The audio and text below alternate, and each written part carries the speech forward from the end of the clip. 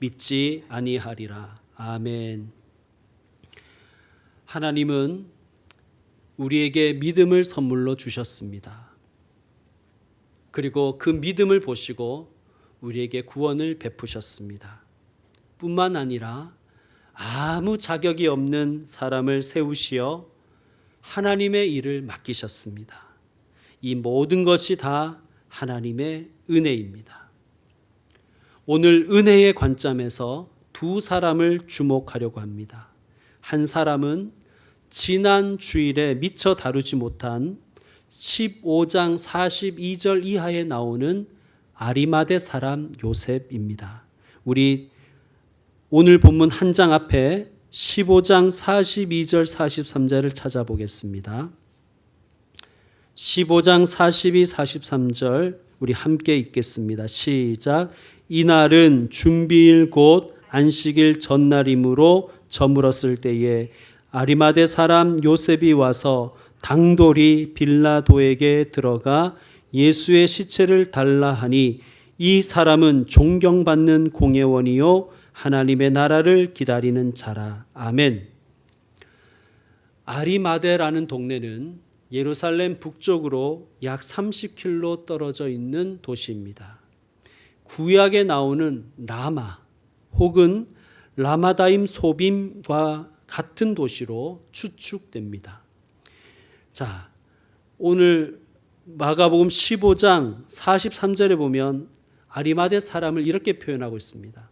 존경받는 공회원이요 하나님의 나라를 기다리는 자. 그가 당돌하게 빌라도에게 가서 예수님의 시체를 달라고 요구했습니다.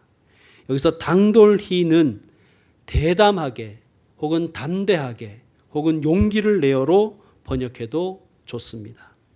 그런데 참 놀랍게도 이 아리마대 사람 요셉의 이야기가 마태, 마가, 누가, 요한 이 사복음서에 모두 나오고 있습니다. 찾아보겠습니다. 먼저 마가복음 다음 성경이 누가복음이지요. 누가복음 23장으로 한번 가시겠습니다. 누가복음 23장 50절 51절 두 절 말씀을 여러분 읽어주세요. 누가복음 23장 50, 51절 시작.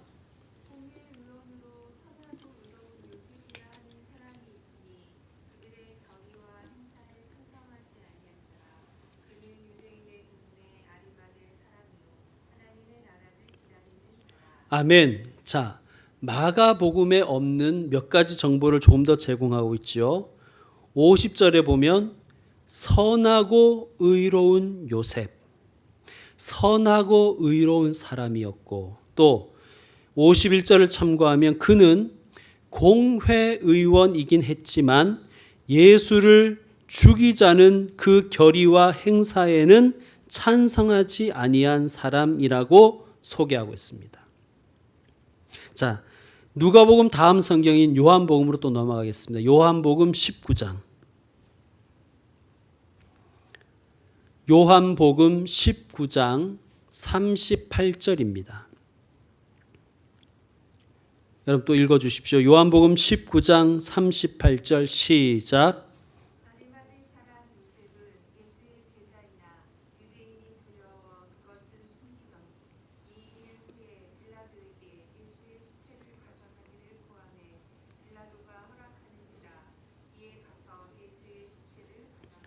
아멘. 자, 이 아리마대 사람 요셉에 대해서 또 추가 정보가 있지요. 그는 예수의 제자이나 유대인이 두려워 자기가 제자인 것을 숨겼던 사람이었습니다. 자, 이제 마지막으로 사복음서의 제일 첫 번째 성경인 마태복음 27장으로 가시겠습니다. 마태복음 27장 57절.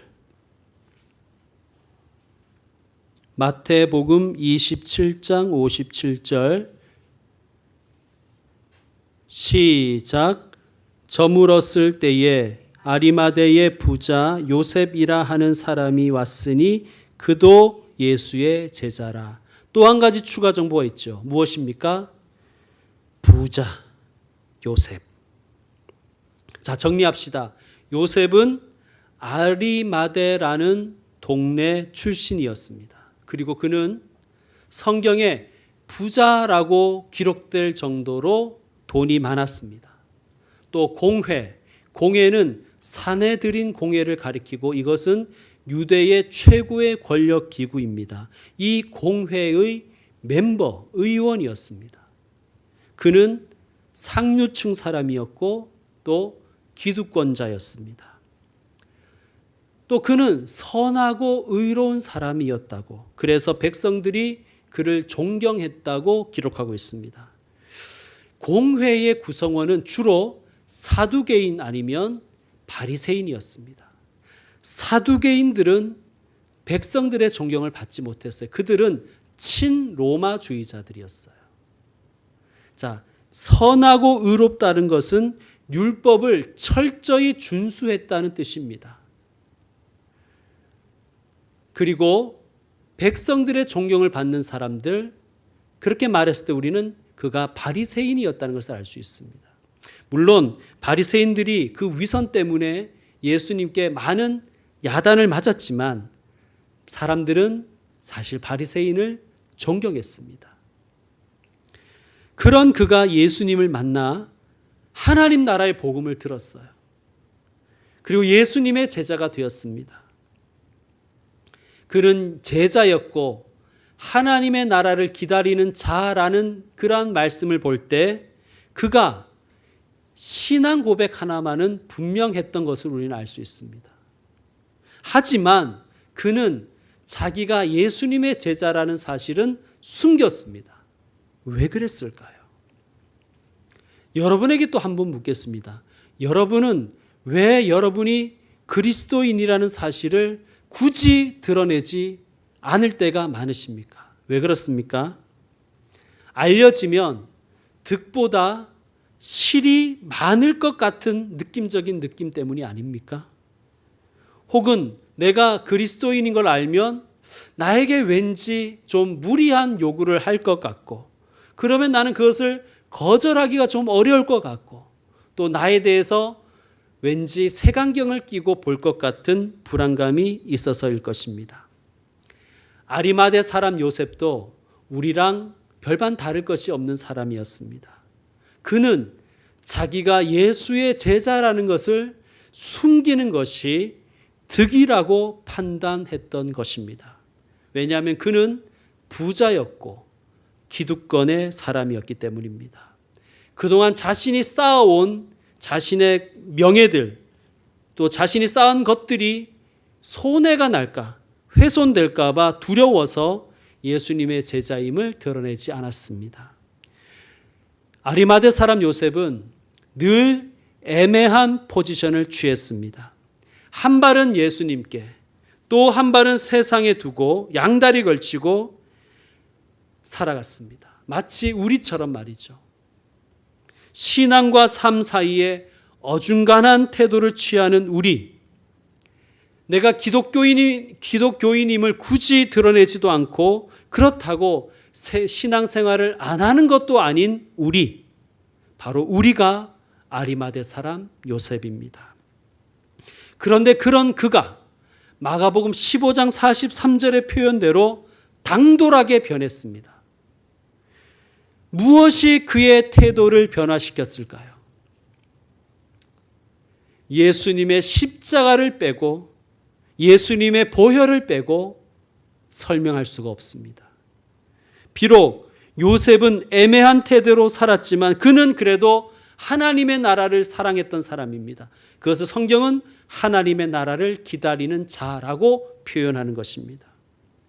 그렇게 사모하고 기다리던 하나님의 나라가 예수님의 십자가를 통해서 임하는 것을, 자기에게 임하는 것을 그는 경험해 버렸습니다. 예수님께서 십자가에서 흘리신 그 보혈이 하나님의 나라라는 것을 이 요셉은 깨닫고 전혀 다른 사람이 된 것입니다. 그는 용기의 사람이 되었습니다. 그는 비겁한 사람이었지만 용기의 사람이 되었습니다.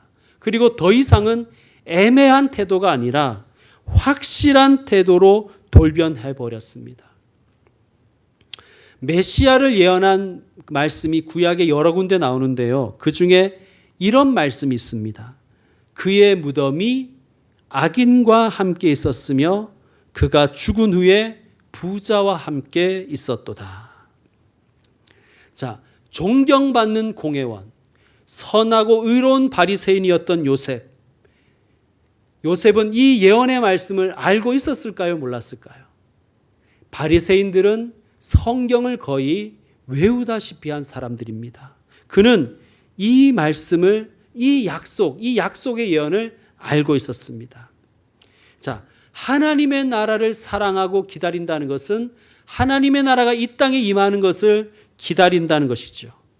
하나님의 통치가 이 땅에서 실현되기를 소망한다는 뜻입니다. 하나님의 통치가 실현된다는 것은 하나님의 말씀에 사람들이 순종한다는 뜻입니다. 아마 아리마대 사람 요셉은 구약의 메시아에 관한 예언이 이루어지기를 소망했을 거예요. 그리고 그 말씀이 성취되기를 기다렸을 것입니다. 그런 요셉이 예수님의 십자가를 경험한 거예요. 그가 만약에 찬송가를 좋아했다면 저는 151장, 우리가 설교 전에 불렀던 151장을 불렀을 것 같습니다. 만왕의 왕 내 주께서 왜 고초당했나? 이 벌레 같은 날 위에 그 보혈 흘렸네. 십자가 내가 처음 볼 때에 나의 마음에 큰 고통 사라져 오늘 믿고서 내 눈 밝았네. 참 내 기쁨 영원하도다. 3절 가사입니다.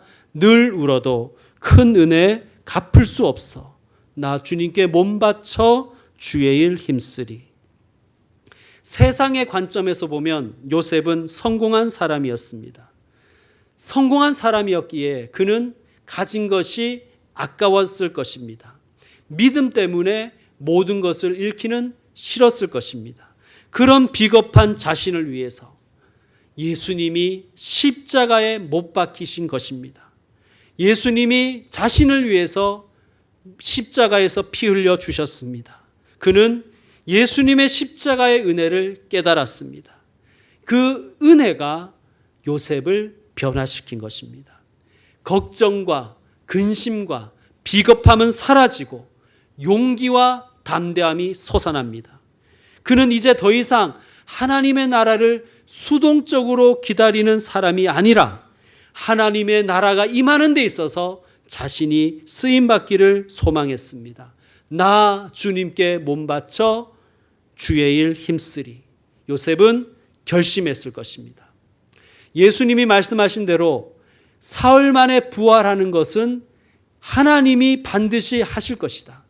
그런데 그것은 하나님의 일이니 하나님께 맡기고 나는 성경에 예언된 대로 메시아의 무덤이 악인들과 함께 있으며 메시아가 죽은 후에 부자와 함께 있도다 하는 그 말씀을 내가 이루어 드려야 되겠다. 그는 결심한 것입니다. 마침 그가 자신을 위해 준비해 둔 새 무덤이 있었고 그는 기꺼이 그 무덤에 예수님의 시신을 장사 지냅니다.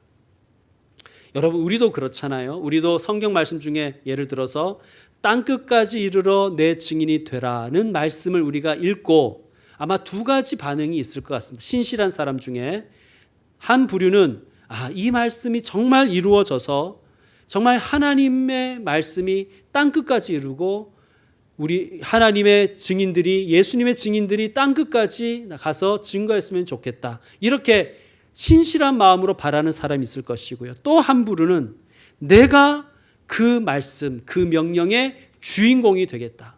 내가 땅끝까지 가서 예수님의 증인이 되겠다라고 결심하는 사람도 있지 않겠습니까?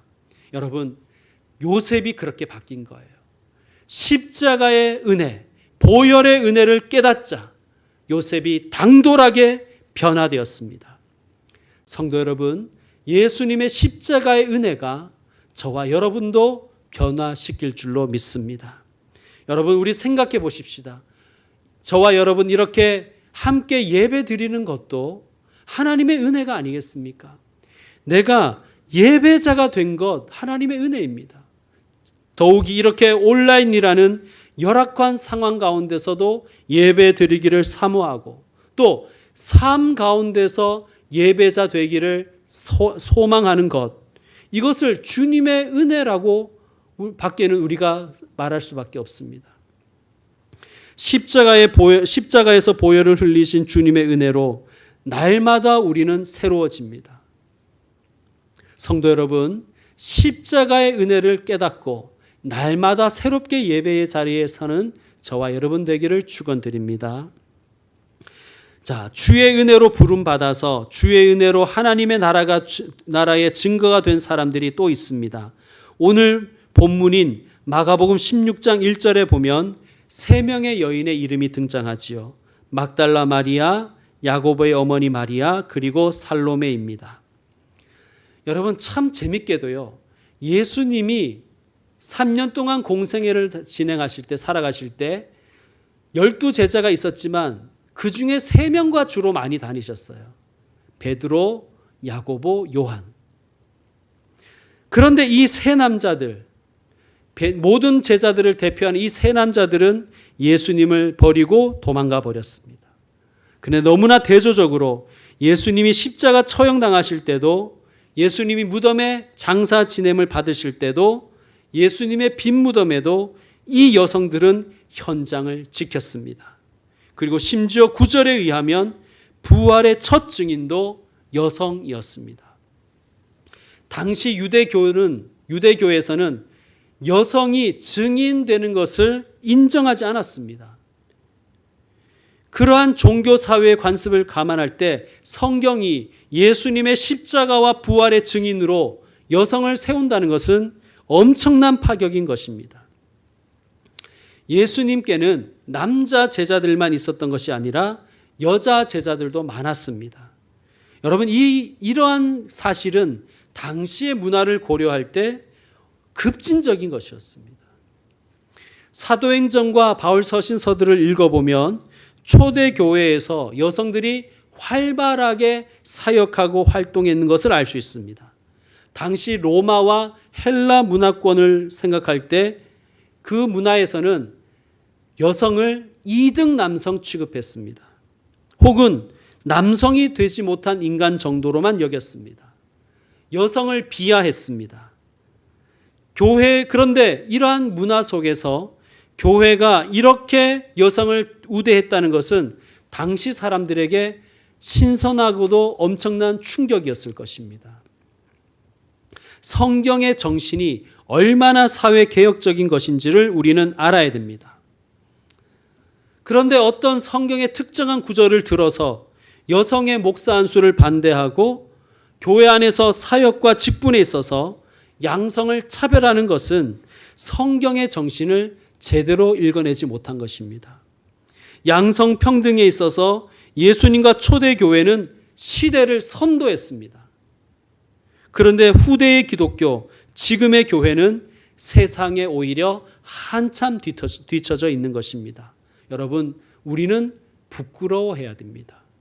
이런 기독교와 교회는 결코 세상을 변혁시킬 수가 없기 때문입니다. 하나님은 여성들을 십자가와 부활의 증인으로 세우셨습니다. 증인이 될 자격이 없는 사람들에게 하나님은 증인으로 세우시는 은혜를 베푸신 것입니다. 하나님의 은혜입니다. 또 우리가 아리마대 사람 외에 또 한 사람을 주목한다고 말씀드렸습니다. 막달라 마리아입니다. 막달라 마리아는 9절에 의하면 16장 9절에 의하면 7 귀신이 들렸던 여인이었는데 예수님이 치유해 주셨습니다. 7 귀신이라는 것은 정말 7마리의 귀신이 그 여인 속에 들어 있었다는 것을 의미할 수도 있지만 귀신에 사로잡혀서 영육간에 완전히 무너진 삶을 살았다는 것을 의미합니다. 예수님이 귀신을 쫓아내 주시기 전에는 막달라 마리아의 고통은 극심했습니다. 막달라라는 지명을 그의 이름 앞에 붙이는 것을 볼 때 그는 결혼하지 않았을 것입니다. 못했을 가능성이 더 크겠죠. 당시에 미혼이라는 것은 사회 문화적인 관점에서 볼 때 아무런 소유가 없다는 것을 의미합니다. 아무런 힘이 없다는 것을 의미합니다. 자, 아무것도 가지지 못한 이 여인을 예수님이 만나 주셨고 말로 다 할 수 없는 사랑과 은혜를 베풀어 주셨습니다. 막달라 마리아는 예수님으로부터 엄청난 은혜를 경험한 거예요. 은혜를 경험한 마리아는 예수님이 말씀하시는 하나님 나라에 헌신하는 사람이 되었습니다. 그리고 부활의 첫 증인이 된 것입니다. 토마스 아퀴나스는 그녀를 이렇게 표현합니다. 사도 중에 사도. 하나님은 아무런 자격이 없는 자들을 불러서 예수님의 십자가와 부활의 증인으로 삼으신 것입니다. 은혜입니다. 오직 은혜. 성도 여러분, 그런데 우리는 자꾸만 어떤 상황이 갖추어져야 되고 어떤 여건이 마련되어야 헌신할 수 있다고 생각합니다. 여러분 혹시 무엇인가 갖추어야만 헌신한다고 생각하고 계십니까? 그렇지 않습니다. 헌신하는 것 그 자체가 은혜입니다. 헌신할 수 있음을 은혜로 믿으시길 바랍니다. 그래서 하나님 나라에 헌신하시는 분들 되시기를 바랍니다. 자, 예수님의 빈무덤에 있던 흰옷 입은 청년, 천사겠죠. 그 천사가 여인들에게 이렇게 말했습니다. 6절 말씀, 16장 6절입니다. 청년이 이르되 놀라지 말라. 너희가 십자가에 못 박히신 나사렛 예수를 찾는구나. 그가 살아나셨고 여기 계시지 아니하리라 하니라. 보라, 그를 두었던 곳이니라. 7절 말씀, 16장 7절을 여러분 읽어주십시오. 시작.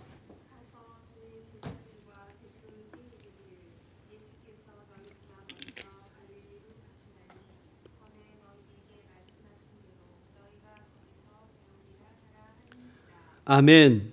자, 예수님이 뭐라고 말씀하셨냐면 너희보다 먼저 갈릴리로 가리라. 그리고 거기서 너희를 만날 것이다. 예수님은 실제로 마가복음 14장 28절에서 그렇게 말씀하셨습니다. 그것을 천사가 다시 일깨워 주는 거예요. 자, 그런데 여러분 질문을 드리겠습니다. 갈릴리로 예수님이 먼저 가시겠다고 하셨는데 갈릴리에 먼저 간 것은 예수님이었을까요? 제자들이었을까요? 제자들이었습니다. 요한복음 21장을 참고하면 제자들이 먼저 갈릴리로 갔습니다. 그런데 갈릴리로 간 제자들은 물고기 잡는 일에서 또 실패하고 말았습니다.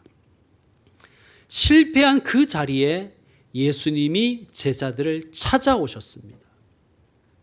자, 예수님이 갈릴리에 먼저 가겠다는 말씀, 예수님 지키지 않았죠. 예수님이 거짓말 하실 리는 없고 차가 막혀서 늦으신 것일까요? 아니면 깜빡하신 것일까요? 그렇지 않을 것입니다. 그러므로 우리는 여기에서 먼저 갈릴리에 간다라는 이 말씀은 공간과 시간의 개념이 아니라는 것을 우리는 알 수 있습니다. 여기서 먼저 갈릴리로 간다는 것은 은혜를 말씀하시는 거예요. 갈릴리에서 예수님과 함께한 시간들, 함께했던 공간들 모두 은혜였습니다. 실패한 제자들에게 찾아오셔서 예수님은 이렇게 물으셨습니다. 요한의 아들 시몬아, 네가 나를 사랑하느냐? 여러분, 이렇게 물어주신 것이 은혜예요. 여러분, 베드로는 예수님을 사랑했습니다. 누가 뭐래도 그는 예수님을 사랑했어요. 그런데 이제 베드로는 감히 예수님을 사랑한다고 표현할 수가 없습니다. 왜 그렇습니까? 자기가 한 짓이 있잖아요. 예수님을 부인하고 예수님을 저주했던 자신의 행적을 생각할 때 그는 감히 예수님을 사랑한다고 꺼낼 수가 없습니다. 그런데 실패한 베드로에게 예수님 찾아오셔서 먼저 그 말씀을 꺼내 주시는 거예요. 시몬아, 네가 나를 사랑하느냐? 베드로가 대답합니다. 네, 사랑합니다. 제가 주님 사랑하는 것을 주님은 아십니다. 3번이나 물으셨습니다. 그리고 베드로는 3번 다 대답합니다.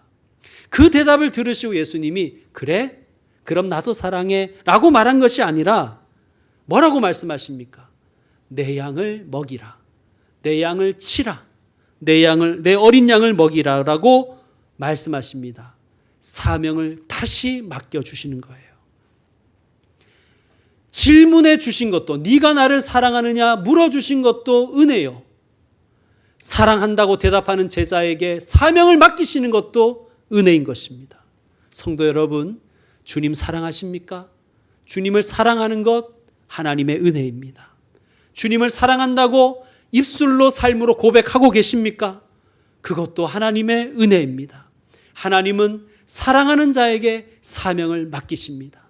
여러분, 하나님께 받으신 사명이 있으십니까? 하나님의 은혜입니다. 그러므로 갈릴리는 은혜를 회복하는 자리예요. 먼저 갈릴리에 가겠다고 하신 말씀은 그곳이 갈릴리가 바로 은혜의 자리라는 것을 우리에게 말씀하시는 것입니다.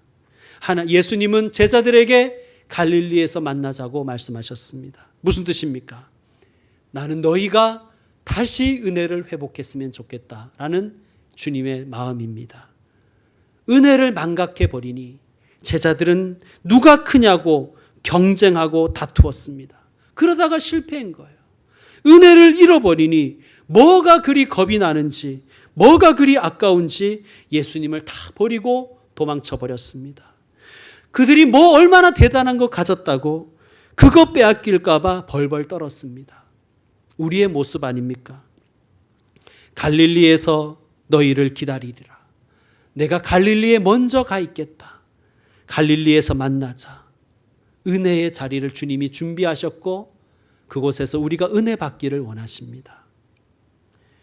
여러분, 갈릴리는 그 당시에 가장 가난하고 그래서 가장 주목을 받지 못했던 지역입니다. 멸시와 무시를 당했던 동네였습니다. 그래서 사람들은 예수님이 갈릴리의 나사렛 출신이라는 이야기를 듣고는 거의 다 이렇게 반응했습니다. 갈릴리 나사렛에서 무슨 선한 것이 나겠냐? 갈릴리는 미래가 없었습니다. 그런데 그런 갈릴리에서 예수님은 제자들을 부르시고 훈련시키셨고 하나님의 나라를 함께 사셨고 치유하시고 전도하셨습니다. 은혜의 자리입니다. 여러분, 갈릴리는 은혜의 자리이며 은혜를 회복하는 자리입니다. 성도 여러분, 오늘 이 예배가 갈릴리의 시간이 되기를 소망합니다. 그래서 예수님이 우리에게 이렇게 하시는 말씀을 여러분이 한번 들으셨으면 좋겠습니다. 내가 너희를 부른 것은, 내가 너희를 다시 세우는 것은 너희가 꽤 유용해서가 아니다. 너희가 써먹을 구석이 있어서가 아니다. 은혜라는 것을 기억하라. 나는 먼저 갈릴리로 간다. 그리고 거기에서 너희를 기다릴 것이다. 우리 다시 갈릴리에서 만나자. 갈릴리에서 은혜를 회복하거라. 자, 아리마대 사람 요셉, 그는 자기가 예수의 제자임을 숨겼습니다. 잃을까봐 아까웠겠죠. 자기에게 있는 물질과 명예와 이 모든 것을 다 빼앗길까봐 그는 전전긍긍했을 것입니다. 그랬던 그가 예수님의 십자가를 통해서 완전히 달라졌습니다. 자기에게 있던 것들, 자기가 누리고 있는 것들이 당연한 것이 아니라 은혜임을 깨달은 것입니다. 은혜를 깨닫자 요셉은 진정 하나님의 나라를 사모하고 기다리는 사람이 되었습니다. 그래서 당돌하게, 담대하게 하나님의 나라를 위해 자신을 던지는, 자신을 헌신하는 사람이 되었습니다. 막달라 마리아 어떻습니까? 그녀는 귀신에게 사로잡혀 고통당하던 인생을 살았습니다. 그녀는 아무것도 없는 사람이었습니다. 아무것도 가진 것이 없고 그 누구의 사랑도 받을 수 없는 여인이었습니다. 그는 어쩌면 그래서 저주와 미움과 무관심을 당연한 것으로 생각했을 것입니다. 그런 여인을 예수님이 찾아오셔서 만나 주셨습니다. 그에게 말로 닿을 수 없는 은혜를 베풀어 주셨습니다. 아무런 조건 없이 사랑해 주시고 은혜를 베풀어 주셨습니다. 막달라 마리아는 예수님의 은혜를 깨달았기에 참혹한 십자가의 현장을 떠나지 않았습니다. 그리고 그녀는 십자가의 증인이 되었고 부활의 첫 증인이 되었습니다. 은혜입니다. 이제 말씀을 마무리하겠습니다. 무엇이 아리마대 사람 요셉을 당돌하게 변화시켰습니까? 십자가의 은혜입니다. 무엇이 막달라 마리아를 부활의 증인으로 세웠습니까? 하나님의 은혜입니다. 성도 여러분, 은혜가 우리를 변화시키고 은혜가 우리를 담대하게 하고 은혜가 우리를 사랑하게 합니다. 하나님은 주실 때도 있고 거두어 가실 때도 있습니다. 모든 것이 하나님의 은혜인 것을 알게 하려고 하나님은 우리가 생각하지 못한 일들을 행하실 때가 있습니다. 또한 하나님은 우리를 갈릴리로 부르실 때가 있습니다. 왜요? 우리가 다시 은혜를 회복하라고 우리를 갈릴리에서 기다리고 계십니다. 주님은 우리가 다른 그 어떤 것도 아니라 오직 은혜 붙들고 일어서기를 원하십니다. 그래서 은혜의 증인 되기를 원하십니다. 주님, 우리가 이렇게 고백하기를 원하십니다. 나를 지탱하는 것은 물질이나 환경이나 건강이 아니다. 나를 지탱하는 것은 십자가와 부활과 그 부활의 은혜다. 이렇게 고백하는, 그래서 그렇게 증거하는 부활의 증인이 되기를 원하십니다. 은혜를 알고 은혜를 깨닫고 은혜를 고백할 수 있는 곳, 그곳이 갈릴리입니다. 사랑하는 성도 여러분, 오늘 예배가 갈릴리 은혜의 자리 되기를 소망합니다. 은혜로 예배하고 은혜로 살아가고 은혜의 증인 되기를 축원합니다. 기도하겠습니다. 하나님